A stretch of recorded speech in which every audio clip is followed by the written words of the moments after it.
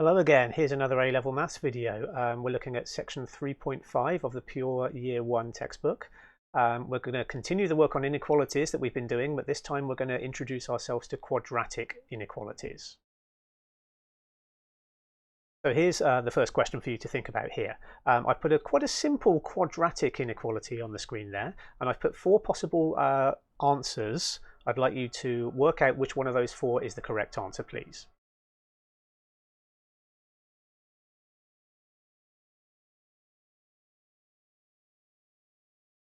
Let's see how we get on with this one then. So we've got x squared is greater than or equal to 4, and we've been asked to find all values of x such that that is true. Well, it's certainly true that any values of x which are greater than or equal to 2, when we square them, we're going to get an answer which is greater than or equal to 4. So that's certainly true. However, is that all of the values?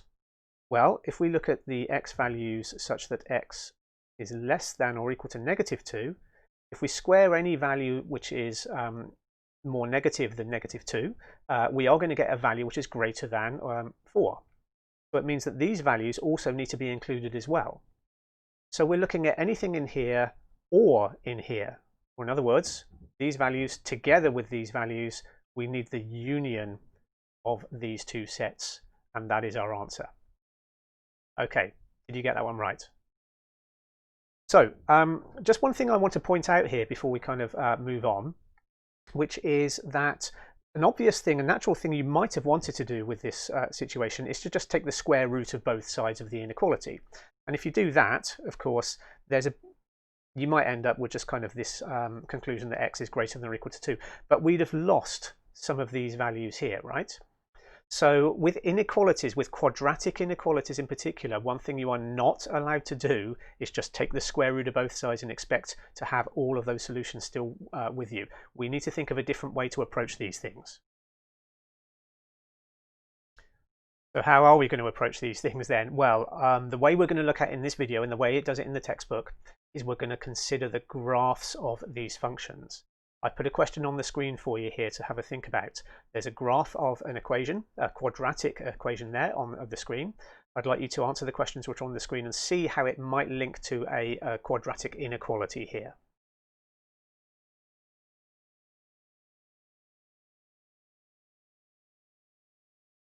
All right, what do you think on this one then? So hopefully you saw what was going on with this. I've just quickly sketched the graph here as well so I can refer to it more easily. But we will first of all ask which values of x does the curve lie below the x-axis? Well, clearly the bit where it's below the x-axis is this bit here, right? Sort of this region or this section of the curve here. So the x values are the x values between -5 and +1, and you can just read that off the graph in this particular case. So we're looking for x values which are between -5 and +1, and if I were to write that in set notation, I would write it like this, with my curly brackets like that. Okay, so how could we use that result to solve the inequality? Well, the inequality is x squared plus 4x minus 5 has got to be less than 0. So on my graph, the y values are what I'm looking at here, because the y values are the x squared plus 4x minus 5. So I want the y values to be less than 0. I'm looking at that exact bit of the graph that we were just looking at before. We're looking at for the bit which is below the axis. So therefore, the set of values that I found here must be the solution of the inequality. And this leads us on to the method that we're going to look at in this video to solve quadratic inequalities. What we're going to do is we're going to sketch graphs, and we're going to consider the graphs of inequalities. On the screen, I've just put the details there of what we're going to do. So we're going to, first of all, if we need to, we'll rearrange the inequality so that all the non-zero terms are on the one side. Then we're going to sketch the graph of the associated function that we dealt with there, that quadratic function. To do that, we particularly going to be interested in where it touches the x-axis, those x-intercepts, those roots of that equation, and also which way up the graph goes by looking at the x-squared coefficient. And then we're going to use the graph to find the required set of values and solve the inequality. Let's look at an example together then. So on the screen, I've put the quadratic inequality 56 minus x squared is greater than 0, and we need to try and solve this. So I've written it down here again. the first thing we need to do, if needed, rearrange the inequality so that all non-zero terms are on the same side. Well, that's already been done for us here. We've got all of our non-zero terms on the same side already, so no problem with that. Sketch the graph of the function. So what I need to do now is I need to sketch the graph of y equals 56 minus x squared. And to do that, I really need to find where it touches that x-axis, those x-intercepts, and I need to consider which way up the graph goes. So let's find out where it touches the x-axis first of all by trying to solve the equation 0 equals 56 minus x squared. If I solve that equation, I'll just tell you, I'm sure you're good enough with quadratic equations by now, you could work this out no problem. But we have two solutions here, 7 and negative 8. Okay, so that means on my graph, I must have x-intercepts at here at negative 8 and here at 7. I don't need to be plotting this precisely here. I just need to be looking at a quick sketch. Now, the other thing I need to work out is which way up does the graph go. So here we've got the negative coefficient of x squared. So that tells me that it must be one of these graphs which kind of go that way up. So there's my graph, y equals 56 minus x squared. And now the final stage of the process, use the graph to find the required set of values. So I'm looking for where the function is greater than 0. So that means I'm looking for where the y value is greater than 0. Must be, I'm looking at the bit which is above the x-axis here. What x values am I looking at then?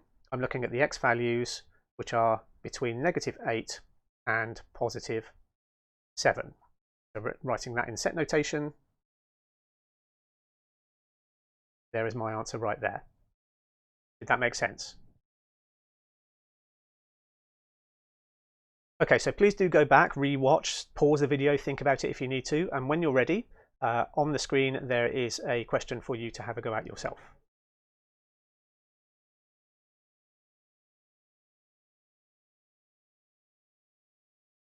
Okay, so here's my answer here. I've already written down the inequality and I've got my axes here which I'm going to sketch my graph on. So I need to be thinking about, first of all, where that graph is going to touch the x-axis. So I need to solve the associated equation 2x squared minus 17x plus 8, 0. When you solve that, you should have got the answers x equals a half and x equals 8. So on my graph, I'll just put those about there. There's a half there, and I'll put 8 about there. Okay, we also need to work out which way up the graph is going. So again, we've got a positive x squared coefficient this time. So it must be that I've got the graph which is that way up. So there's my graph with equation y equals 2x squared minus 17x plus 8. Okay, last thing I need to do now is use this graph to find the required set of values. I'm looking for where the graph here is greater than 0, or where the function is greater than or equal to 0. So I'm looking at where the graph is above the axis, or because equals as well, on the axis as well. So I'm including these endpoints this time. So it's these regions here. What are the x values where that's true? Well, we've got x, which is less than or equal to a half. Put that in set notation. And that's got to be in union because we're collecting all of these values here together with all of these values here. So where x, such that x is greater than or equal to 8. So there's my answer in set notation. Let me just bring that up here so you can see the whole thing. Okay, do you agree? Hope so. Okay, now there's one other type of inequality that we're likely to see in this bit of the textbook here. I don't know how likely we are to see it in the real exam, but it's in the textbook, so I think we should probably have a look at it here. And it's one where we've got these kind of fractions, where we've got the x on the bottom of a fraction here. Now, the natural thing to want to do with this particular situation is to multiply through both sides of the inequality by x to clear that fraction. However, we can't do that, and I'd like you to think about why not. What's the problem with starting to solve an inequality like this by multiplying both sides by x? Why is that not allowed?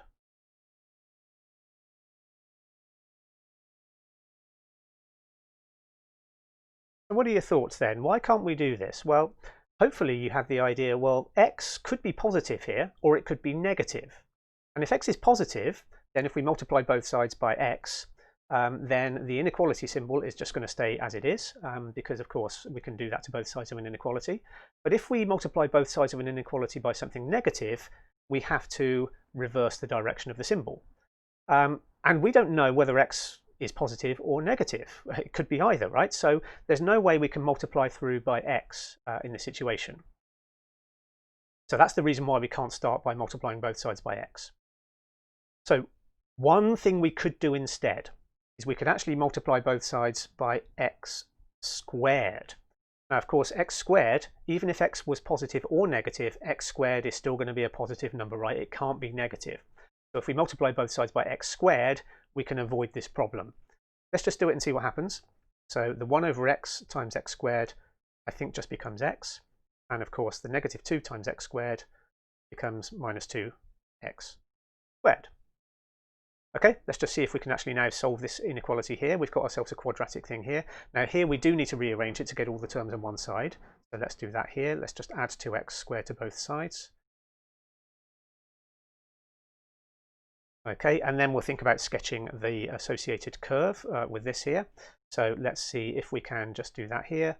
I think we're looking at the values of x where it touches the axis. If I were to solve the associated equation where this equals 0, I end up with the values 0 and negative a half. There, you can check that yourself. And which way up does the curve go? It's one of these ones with a positive x squared coefficient, so it must be that way round. I'm looking for where the curve is below 0, so below the x-axis. It must be this part of the region here. And so therefore, my final solution to this inequality is going to be the set of all x values such that x is between negative 1 over 2 and 0. And so therefore, I've solved my inequality that way. Over to you to have a go at one of these yourself then. So here's one where we've got another very similar one here. Don't forget, you can't multiply both sides by x because it could be positive or negative, so you need to do something else here. Have a go at the question, write your answer in set notation, and then restart, and we'll see how we got on.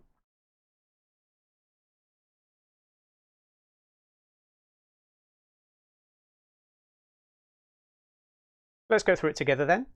So first of all, we will multiply not by x, but we'll multiply by x squared here. And that's going to give us the inequality 4x squared is greater than 5x. Okay, next stage, we will put all the terms on the same side. So I think what I'll do is I'll just subtract 5x from both sides. So we end up with that inequality there. We need to graph or sketch the graph of this quadratic function here, 4x squared minus 5x. So that's what we need to be doing over here. First of all, we need to find those x-intercepts. Where does it touch the x-axis? Well, if you solve the equation 4x squared minus 5x equals 0, you should end up with the two solutions, x equals 0 and x equals 5 over 4. So it's going to be there and there at 5 over 4. Which way up does the curve go? Well, it's got a positive x squared coefficient, so it must be one of these ones. Which bit of the curve are we interested in? Well, we're interested in where it's above 0, so we're looking at where it's above the axis here.